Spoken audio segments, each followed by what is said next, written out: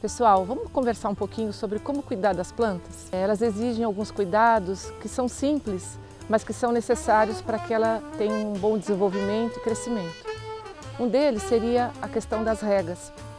Como que você rega uma planta? A primeira coisa é você saber o tipo de planta que você está cultivando.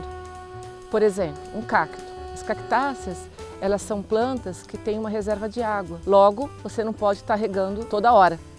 Então a gente sugere que vocês que possuem um cacto em casa, regue uma vez por semana. No verão um pouquinho mais talvez, mas isso é um pouco de senso. No inverno que é essa rega mais espaçada em função da umidade que o tempo já retém.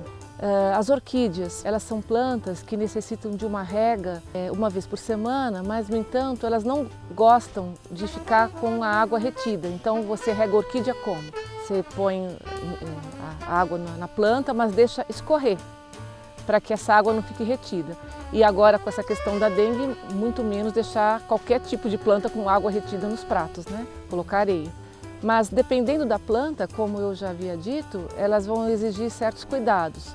Existem plantas de sombra, existem plantas de sol.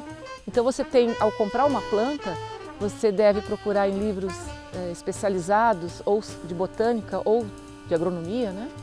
Sites como o da Embrapa, que eles vão dar algumas dicas de como cuidar dessas plantas de sua preferência. A questão do local em que você vai fazer o cultivo da sua planta, o vaso, o tipo de adubação, sugerimos que vocês usem o orgânico. O adubo orgânico é um adubo que a gente pode falar humus de minhoca, o esterco de gado, de ave usa menos porque é muito forte. Mas tudo isso procurar um local em que você tem uma orientação de como fazer a proporção solo, a terra no caso, e o adubo. A questão do vaso, a gente sugere o vaso de barro, né, que a gente chama de argila, ou quando for caso de orquídeas e outras como de epífitas, né, usar os vasos de fibra de coco, não mais xaxim, porque é uma espécie que está em extinção e vamos começar a coisa direito então.